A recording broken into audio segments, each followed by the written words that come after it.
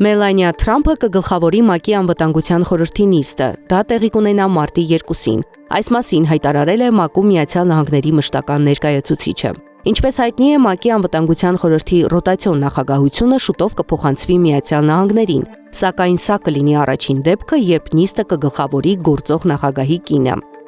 Բախումներ են տեղի ունենում Պակիստան-Աֆղանստան սահմանին։ Պակիստանի պաշտպանության նախարար Խավաջա Ասիֆը բաց պատերազմ է հայտարարել Աֆղանստանում թալիբների դեմ։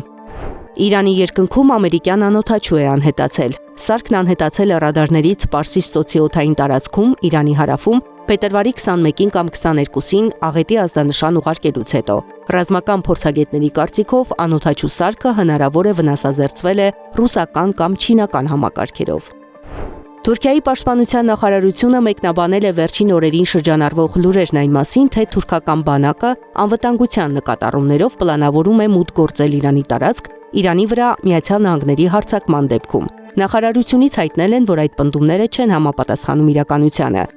Իրանը լիովին պատրաստ է եւ խաղաղ եւ ռազմական սցենարին, բայց նրա նպատակը հակամարտությունը կանխելն է։ India Today-ին տված հարցազրույցում ասել է Իրանի արտգործնախարար Աբբաս Արաղչին Ժնևում Միացյալ Նահանգների հետ բանակցություններից առաջ։ Նա նշել է, որ Իրանը շատ դասեր է քաղել վերջին պատերազմից եւ հետեւաբար ավելի լավ է պատրաստված։ Երբ դու պատրաստ ես պատերազմի, կարող ես կանխել այն, հայտարարել է դիվանագետը։ Հյուսիսային Կորեան աշխատավորական կուսակցության 9-րդ համագումարի առթիվ ռազմական շքերթ է անցկացրել։ Կիմ Չեն Ընը հայտարարել է, որ երկրի զինված ուժերը պատրաստ է ցանկացած իրավիճակի։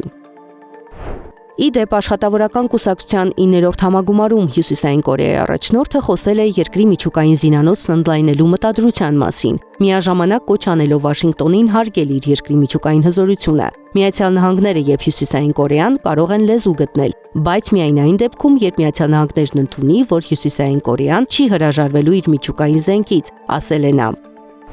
Ջրհեղեղից տուժած Բրազիլիայի փողոցներում դագաղներ են հայտնվել։ Հաղորդվում է, որ ջուրը լցվել է թաղման բյուրո եւ դագաղները դուրս բերել պահեստից։ Օմանում ուխտերի գեղեցկության մրցույթ է անցկացվել, սակայն 20 մասնակից որակազրկվել է, երբ պարզվել է, որ ենթարկվել է կոսմետիկ միջամտությունների։ Պարզվել է, որ կենդանիներին բոտոքս ներարկումներ են արել շուրթերը մեծացնելու, մկանային հանգստացնող միջոցներ դեմքի շարժումները մեղմելու եւ ներարկումներ սապատը լայնացնելու համար։ Զարա Սարգսյան, Նոնա Գևորգյան, ABC Media։